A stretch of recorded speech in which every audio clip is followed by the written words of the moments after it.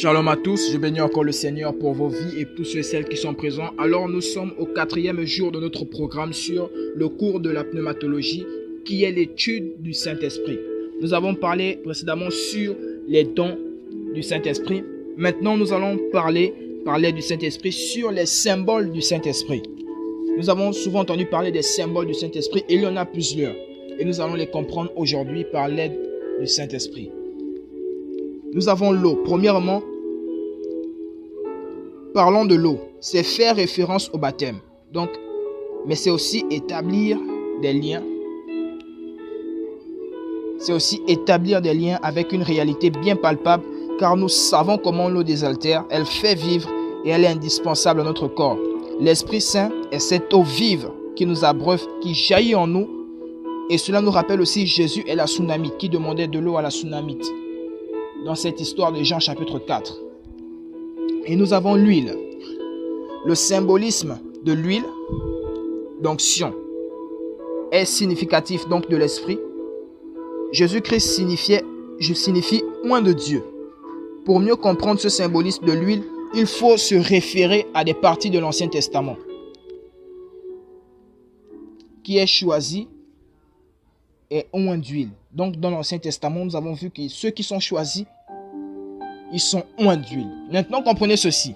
C'est le cas pour le roi David, 1 Samuel 16, verset 13. Et pour comprendre tout ce qui se peut enseigner cette image de l'onction, n'oublions pas les propriétés de l'huile. Elle fortifie et elle a aussi une odeur. L'Esprit nous donne la force, nous marque de façon permanente, nous invite à répandre son odeur. Donc pour ceux qui ont été oints d'huile, nous avons le roi David, il y a le Salomon, il y en a plusieurs. Comme troisième symbole, nous avons le feu. On a dit il y avait l'eau, l'huile, nous avons maintenant le feu. Le feu symbolise l'énergie de l'esprit qui transforme ce qu'il touche. C'est sous la forme des langues de feu que l'Esprit Saint se pose sur les disciples au matin de la Pentecôte, dans Actes des Apôtres chapitre 2 versets 3 à 4. Nous avons le sceau. C'est un symbole proche de l'onction en ce sens que le sceau marque de façon indélébile pour authentifier un acte. Nous avons la main. L'acte d'imposer les mains est un acte fréquent dans les évangiles. Jésus guérit les malades, Marc 6, verset 5, bénit les enfants, Marc 10, verset 16, en leur imposant les mains. C'est aussi de cette manière que l'Esprit est donné, dans Acte 8, 17 à 19. Nous avons le doigt. C'est aussi une image biblique, en particulier lorsque nous lisons dans le livre de l'Exode, la loi a été écrite sur des tables de pierre par le doigt de Dieu. Exode 31, verset 18. Nous avons la nuée et la lumière. Ce sont des symboles inséparables dans la manifestation de l'Esprit Saint. C'est la nuée sur la montagne du Sinaï, dans Exode 24, verset 15 à 18, durant la marche des Hébreux dans le désert, Exode 40, verset 36 à 38, à la montagne de transfiguration, dans Luc 9, verset 34 à 35, ou encore au jour de l'ascension, dans Acte 1, verset 9. Nous avons la colombe.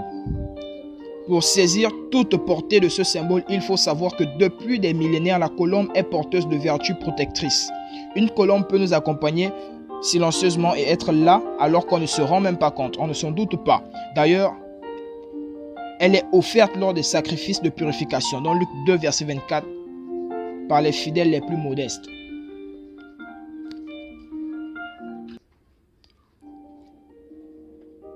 Donc, ce sont des sacrifices de purification, dans Luc 2, verset 24, par les fidèles les plus modestes.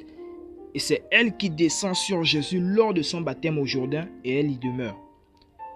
Et nous avons le souffle imprévisible de l'Esprit de Dieu. Le vent qui fait revivre, l'Esprit de Dieu, souffle de tempête. C'est l'Esprit de Dieu, le souffle. Et maintenant, nous allons aussi parler sur un point. Nous sommes sur notre 7e point, sur la présence de l'Esprit était malgré tout. Nous allons comprendre que la présence de l'Esprit était malgré tout partielle. Il y a une grande différence avec la Nouvelle Alliance. Le Saint-Esprit venait sur certains hommes, mais ponctuellement. Il est dit par exemple, à propos de Samson, l'Esprit de l'Éternel commença à l'agiter, dans Juge 13, verset 25, ou d'Ézéchiel, dès que le Seigneur m'eut adressé ces paroles, l'Esprit entra en moi. Ézéchiel 2, verset 2. Mais peu de temps après, l'Esprit revint sur lui. L'Esprit entra en moi et me fit tenir debout. Et l'Éternel me parla. Ézéchiel 3, verset 24. Dieu les accordait cette grâce pour un but précis. Annoncer sa parole, gouverner le peuple. Mais cela se limitait à cette responsabilité-là. Donc l'action du Saint-Esprit était incomplète par rapport à la période qui commencera à la Pentecôte.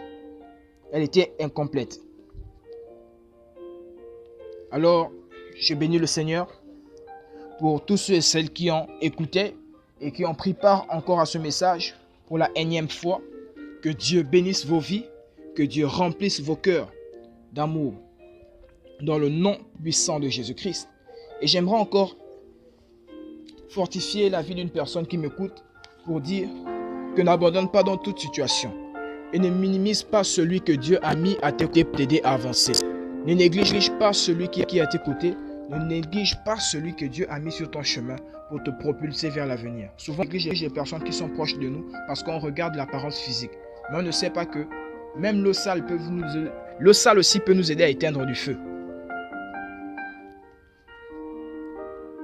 Le sale aussi peut nous aider à éteindre du feu. Alors par cet enseignement, je prie que Dieu fortifie la vie d'une personne, que Dieu remplisse vos cœurs d'amour, que Dieu remplisse vos cœurs de grâce infinie dans le nom puissant de Jésus-Christ. Continue toujours d'avancer, que toute situation qui s'opposait contre toi maintenant soit brisée, que ton destin, que ta destinée s'accomplisse.